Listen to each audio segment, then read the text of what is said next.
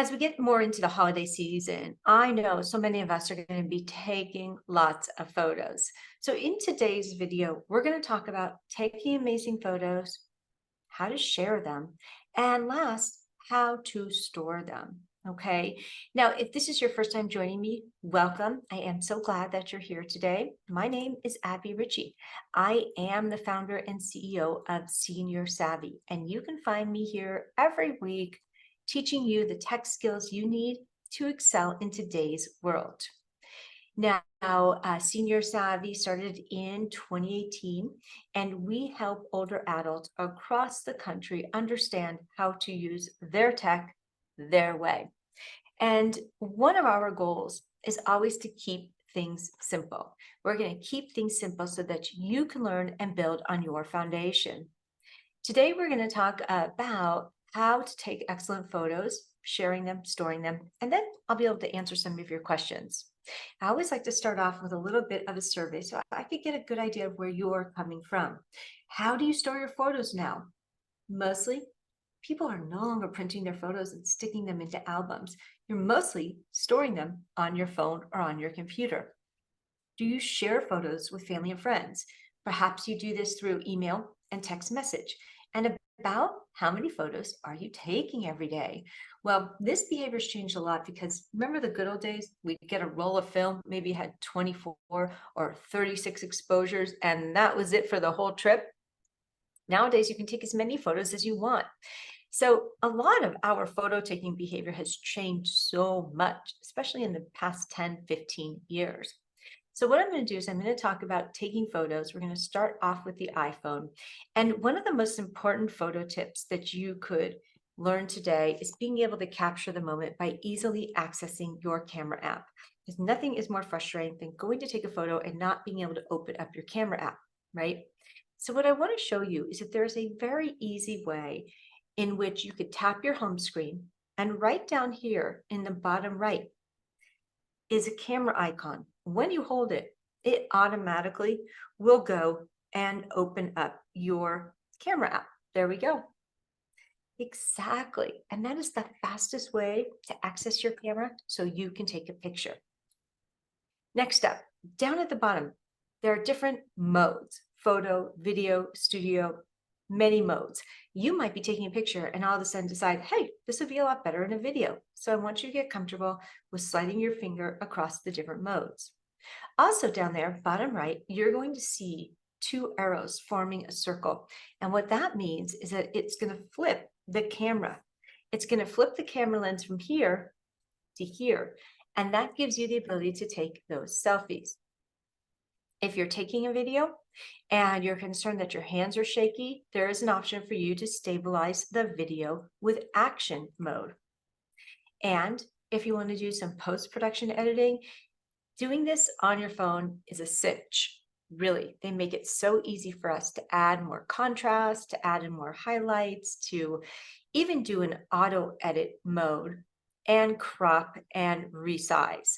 So those options are all there down below. Now let's talk about some Android tips here. First and foremost, and actually all these tips can also be used on your iPhone. Go ahead and clean your camera lens. You could take the side of your shirt, you could take a lens cloth, but I want you to free it up from any dust and debris so you get the best photo taking and nothing is obscuring your lens. When you want to zoom in on something, you could tap your finger on that object and it will zoom in, your lens will zoom in on it, and that makes for a better picture. Also, use a tripod, okay? If it's hard for you to hold something for long periods of time, go ahead, get a tripod, especially if you're going to do a video, and this way you can be hands-free. Now let's move into sharing your photos. If you have a Gmail account and you're a Google user, you can share photos through Google Photos.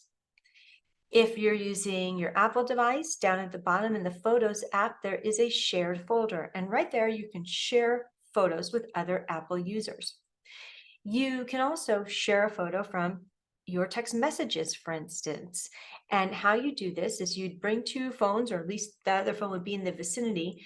You're going to want to share and then choose the photo and the person you want to share it with.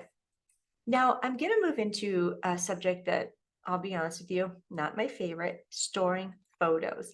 And the reason it's not my favorite is that everyone has different goals when it comes to your photos. Some people want to store them in the cloud. Some people want to print them. Some people want to share them with other people. Some people just want to back them up and keep them on their computer. So there's so many variables. There's not just one method here. So the first thing though you want to think about is, what are you going to keep? Because you don't want to do a bunch of work, send a bunch of these slides out to be digitized, and then maybe only a dozen of them are actually shots with people in them that you care about. So you want to make sure that you decide, what are you going to keep next? What will you store? Okay, because some things you could digitize and they don't need to be stored in their full volume, right? All of these slides, for instance, could be digitized onto one drive. And that would take up a lot less space. So you want to think about, what am I going to store? Am I going to store all my old VHS tapes, or am I going to digitize them so I have them all on a drive, for instance?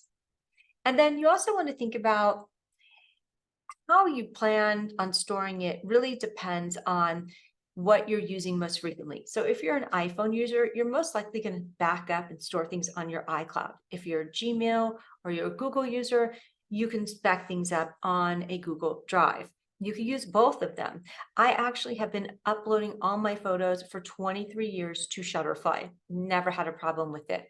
If you need more than that, then you might need some external storage.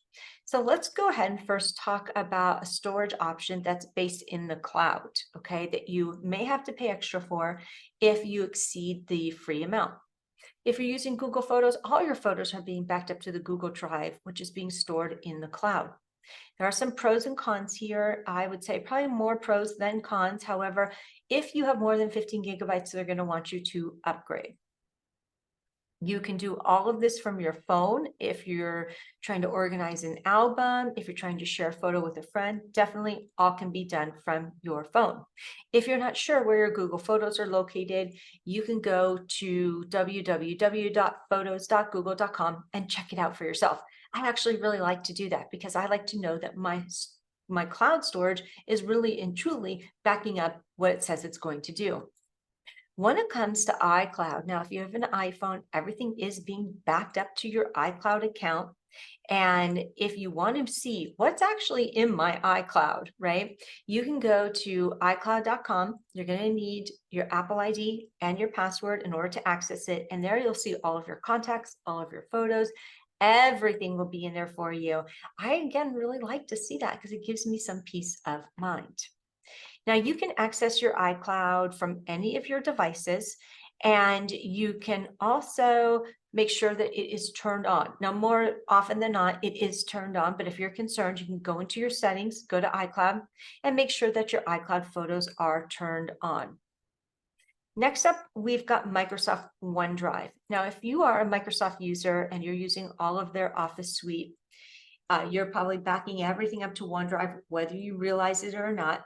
You are capped at 5 gigabytes. However, if you're using Microsoft 365, you will be given a whopping 1 terabyte of storage.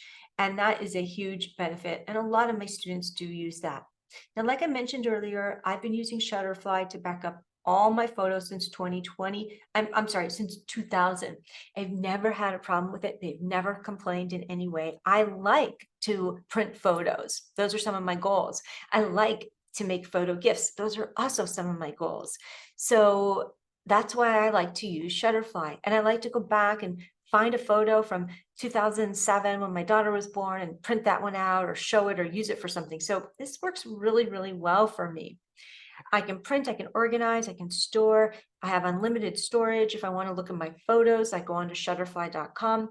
And because I have the Shutterfly app running on my phone, it's taking all of my new photos, automatically uploading them to my Shutterfly account. I don't even ever see that it's happening. It's only occurring in the background. Now, a lot of people like to have external storage, and I recommend that to back everything up, including your photos. Because if you've ever lost things, you hopefully will not be doing that again, right? So let's talk about external storage for a minute. My hard drive, my external hard drive looks exactly like this one, okay, that we see here. And it's plugged into my computer right now. If I was going to lift it up, you would see that I have this particular Seagate. I bought it, it's under $50. I have 1 TB of storage in there. I'm not backing up photos there or videos. So it's mainly for documents and for a snapshot of what's on my computer. There are many different hard drive options that you can choose from. Seagate's always been one of my favorite. It really depends on where you're using it and how you're using it. If you have a lot of confidential files, you might want to get the one that has the encrypted hard drive and a key in order to access it. If you are using it for your laptop and for your desktop and you're taking it places on traveling, whatnot, you may want one that's more portable. But if you're only using it on your desktop and you're going to be, say, copying over a whole computer or something, you may want this Seagate Expansion desktop hard drive. A couple of other cloud-based options. And when I say cloud, I mean, it's up there in the storage system in the cloud, okay? It's over the internet. It can happen on any device, happens in the background, you set it up once, and some of these are about $6 a month. One that I really like and I've been using for years is Backblaze. It has unlimited storage, it's continuously updating your files for you and backing them up, and has a mobile app. You can also use something like Carbonite for the same purposes. It has continuous backup storage. It saves your last 12 backups, which is great. If you want to go back to, say, backup number 11, because everything went wonky after that, you can do just that. Now I want to move into a section of FAQs. Now, people will often ask me about the photo stick, and here's my recommendation. Buy the real photo stick Omni. Okay, there are a lot of cheap imitations out there, but this is really the very best one. Follow the instructions, delete any of your duplicates first, all right? People will ask me, what about thumb drive? Or when I'm working with you one-on-one, I see you have a whole jar full of old thumb drives. And actually, guys, these thumb drives are not intended for long-term use, like you're using them as an external hard drive backup or something. They're really not intended for that because they're very cheaply made. And they're really best for transferring files from one device to another. How about a disk? Well, yeah, chances are you may have a disk around you. And you might be backing things up there, but I got to tell you, there are very, very few computers these days that have drives built into them. So you may have to buy a drive, which could be about $100, and then do a lot of transferring. And because the technology of these older disks are old, everything may not be compatible. That's my experience. And then I wanted to go ahead and give you a list of ways that you can digitize your media, which is something that I would strongly encourage you to do because it's yours and your children don't want to inherit your old media, okay?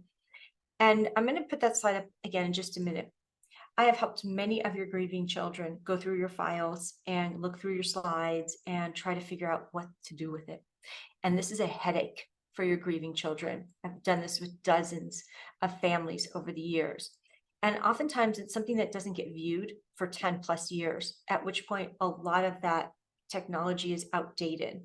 Those files become obsolete and they're hard to open. Very, very, very difficult and costly to open.